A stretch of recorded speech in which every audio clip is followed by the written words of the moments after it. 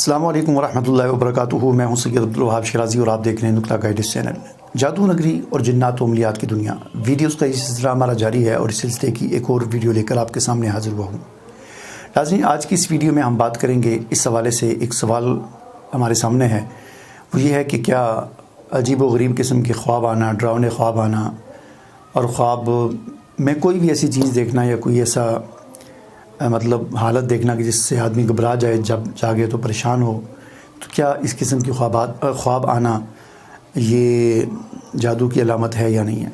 دیکھیں، خواب کے حوالے سے سب سے پہلی بات یہ یاد رکھیں، اگرچہ بعض ماہرین کہہ لیں نے اپنے تجربات کی بنیاد پر یہ باتیں لکھی ہیں کہ اس قسم کا اگر خواب آئے تو یہ جادو کی علامت ہے، لیکن یہاں پر سمجھنے کی اور یاد رکھنے کی بات یہ ہے کہ یہ کوئی کنفرم باتیں نہیں ہیں، یہ کوئی پتھر پر لکیر باتیں نہیں ہیں، یہ سب اندازے ہیں، ٹھیک ہے نا؟ یہ سب اندازے ہیں کہ اگر آپ یوں خواب دیکھتے ہیں، آپ کو یہ خواب آتے ہیں تو اس بات کی علامت ہے کہ آپ پر جادو ہے۔ یہ سب اندازے ہیں، یہ یعنی ان کی کوئی، ہم یہ نہیں کہہ سکتے، کوئی شرعی حیثیت ان کی نہیں ہے کہ حقیقت ہے، ٹھیک ہے نا؟ ویسے بھی خواب جو ہے وہ کہ کوئی ایسی کوئی شرعی حیثیت نہیں ہے کہ خواب کے اندر آپ نے کوئی چیز دیکھی تو وہ بالکل ایسے ہی ہوگی۔ میں نے بارہا اس بات کو بیان کیا ہے کہ خواب جو ہوتے ہیں ان کی عام طور پر ان خواب جو ہے وہ زیادہ تر وہ ہماری جو ذہنی کیفیت کہہ لیں یا جسمانی جو کیفیت ہوتی ہے اس کے کچھ اثرات ہوتے ہیں جو ہمیں نیند کی حالت میں متشکل ہو کر نظر آتے ہیں، زیادہ تر ایسا ہوتا ہے، ٹھیک ہے نا؟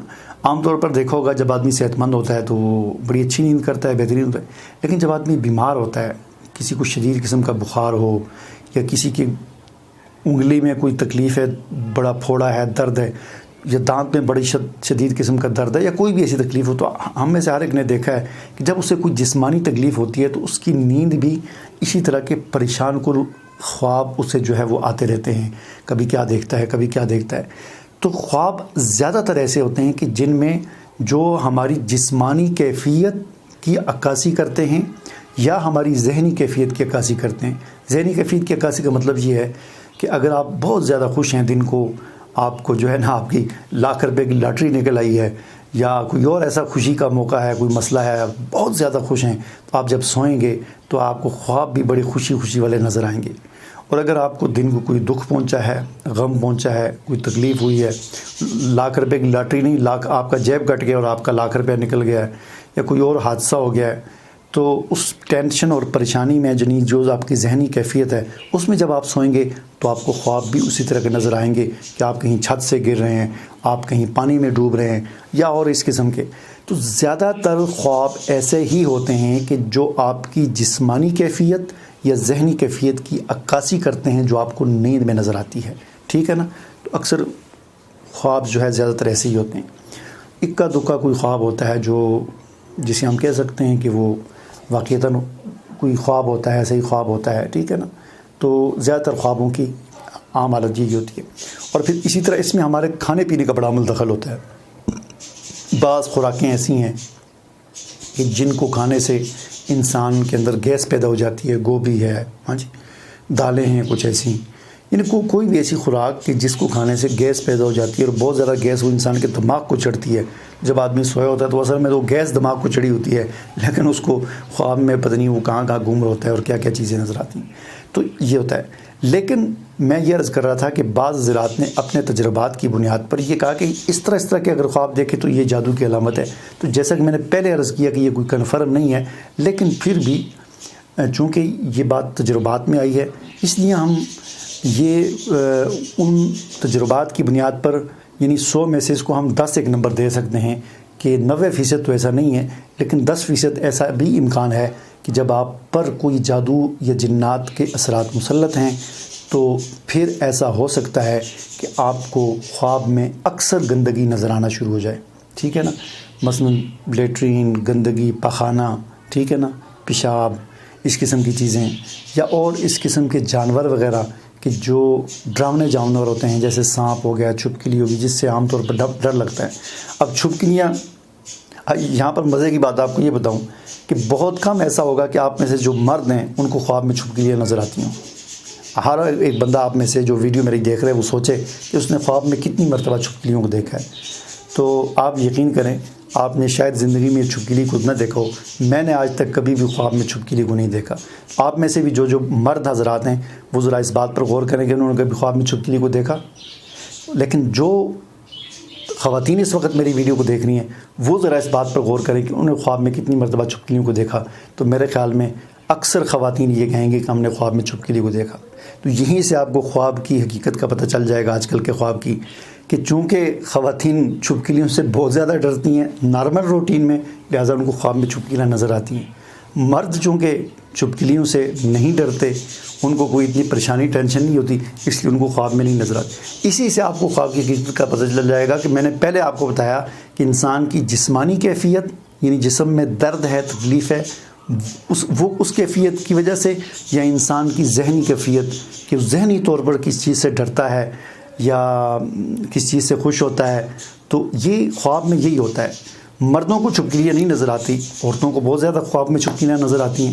اس کی وجہ یہی ہے کہ عورتیں ویسے ہی چھپکلیوں سے ڈرتی ہیں، ویسے ہی وہ لال بیگ سے ڈرتی ہیں، لہٰذا ان کو خواب میں بھی لال بیگ نظر آتے ہیں. مرد ان چیزوں سے نہیں ڈرتے تو ان کو خواب میں نہیں نظر آتے. تو لہٰذا ان خوابوں کی وجہ سے پریشان نہ ہوا کریں. ہمیں جو تعلیمات حضور اکرم صلی اللہ علیہ وسلم نے دی ہیں خواب کے حوالے سے، ہمیں ان کو فالو کرنا چاہیے. ہمیں کیا تعلیم ملتی ہے؟ ایک تو ہم یہ کہ سوتے وقت ہم آیت الکرسی پڑھ لیں، ٹھیک ہے نا، آیت الکرسی پڑھ لیا کریں. اور میں آج رات کا ابھی صبح کا وقت ہے، میں ویڈیو بنا رہا ہوں. آج رات کی میں آپ کو اپنی واقعہ بتاؤں کہ میں سویا ہوا تھا، اور سویا ہوا بھی میں اس طرح تھا، مطلب صحیح جو سنت طریقہ ہے اس طریقے سے میں سویا ہوا تھا. اچانک مجھے ایسے محسوس ہوا کہ باہر سے کوئی آیا، ایک سایہ سا، اور آتے آتے میرے اوپر چڑھ گیا، اور اس نے مجھے ادھر سے بھی پکڑ لیا، ادھر سے بھی. ایسے وہ جیسے بوجھ سے نہیں بن جاتا، کبھی آدمی ہلنا چاہتا ہے تو ہل نہیں سکتا، وہ کیفیت میرے ساتھ ہوگی. آدمی زبان ہلانا چاہتا ہے، زبان بھی نہیں ہلتی. تو حالانکہ میں اس طرح سویا ہوا تھا، تو وہ کیفیت ہوئی. جو ہی میں نے دل میں آیت الکرسی پڑھی، تھوڑی سی آیت الکرسی پڑھی تھی، اللہ لا الہ الا ہو، ایک دم وہ بوجھ ہٹ گیا. میں سیدھا ہوا اور میں نے دل میں کہا کہ اب میں تمہیں دیکھتا ہوں. میں نے آیت الکرسی مکمل پڑھی اور میں نے کہا اب میرا تمہیں چیلنج ہے کہ اب میرے پاس آ کے دکھاؤ. کیونکہ اللہ کے رسول صلی اللہ علیہ وسلم نے فرمایا کہ جب آدمی آیت الکرسی پڑھتا ہے تو اس کے پاس ایک فرشتہ آ کے کھڑا ہو جاتا ہے جو صبح تک اس کی حفاظت کرتا ہے. تو میں نے یہ ایک مرتبہ آیت الکرسی پڑھی. میں نے کہا اب میرے قریب تم نہیں آ سکتے. پھر میں نے 2 دفعہ اور مطلب کل 3 دفعہ پڑھی، اور مجھے یہ محسوس ہوا، یا میں نے اپنے تصور کے اندر یہ خیال کیا کہ اب یہ میرے گھر کے اندر بھی نہیں داخل ہو سکتے. ٹھیک ہے نا. تو عرض کرنے کا مقصد یہ ہے کہ آپ سوتے وقت آیت الکرسی پڑھیں، 1 مرتبہ پڑھیں، بہتر یہ ہے 3 مرتبہ پڑھیں، اور اس تصور اور خیال کے ساتھ پڑھیں کہ حضور اکرم صلی اللہ علیہ وسلم کی بات جھوٹ نہیں ہو سکتی.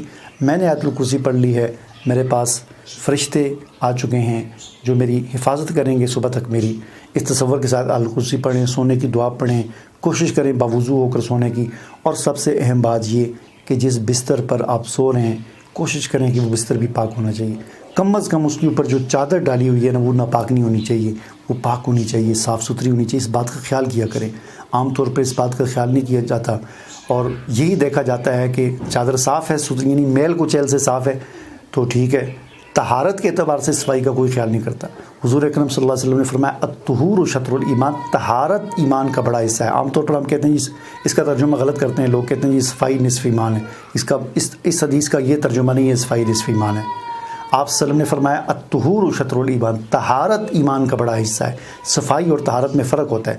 صفائی تو اسے کہتے ہیں کہ اس پر داغ نہ لگاؤ، میل کچیل نہ ہو، اسے صفائی کہا جاتا ہے، صاف ہو چیز. جبکہ طہارت کہا جاتا ہے کہ وہ چیز صفائی کے ساتھ ساتھ وہ چیز پاک بھی ہونی چاہیے. حضور اکرم صلی اللہ علیہ وسلم نے ایمان کا بڑا حصہ یا نصف ایمان طہارت کو قرار دیا، صفائی کو نہیں قرار دیا. صفائی کی اپنی اہمیت وہ الگ ہے، لیکن حضور صلی اللہ علیہ وسلم نے طہارت. اس لیے سوتے وقت اس بات کا بھی اہتمام کریں کہ آپ کا پورا بستر یا کم از کم تلائی کے اوپر جو چادر ہے وہ پاک صاف ہونی چاہیے، طہارت والی ہونی چاہیے. تو یہ ان تمام چیزوں کا خیال کریں گے تو آپ کی نیند بھی پرسکون ہوگی اور ان چیزوں سے آپ بچیں گے. اور پھر اگر خواب آپ دیکھیں، عجیب و غریب قسم کا کوئی ڈرامنا خواب دیکھ لیں، تو اس کے لیے بھی ہمیں حضور اکرم صلی اللہ علیہ وسلم سے یہ تعلیمات ملتی ہیں کہ ہم اعوذ باللہ من الشیطان الرجیم ومن شر ہذہ الرؤیا، یہ دعا پڑھ لیں، یا کچھ اور دعائیں ہیں وہ دعا پڑھ کے اپنے لیفٹ سائڈ پر 3 دفعہ تھتکار دیں، تھو کر دیں، تو بس اس خواب کو پھر بھول جائیں، وہ مطلب یہ سوچنا چھوڑ دیں کہ ہم نے یہ خواب دیکھا ہے تو پتہ نہیں اس کی کیا تعبیر ہوگی اور کیا ہوگا. کچھ نہیں ہوگا. آپ نے یہ دعا پڑھ لی، اس سنت عمل کو آپ نے کر لیا. یہ عمل جو ہے سنت عمل ہے، حضور کا بتایا ہوا، یہ آپ نے کر لیا. آپ بے فکر ہو جائیں، چاہے جتنا مرضی کوئی ڈراؤنا خواب ہے، جو مرضی ہے، آپ کو کچھ بھی نہیں ہوگا. ٹھیک ہے. امید ہے کہ جو بات میں آپ کو سمجھانا چاہتا تھا وہ آپ کو سمجھ آ گئی ہوگی. مجھے اجازت دیجیے. اللہ حافظ.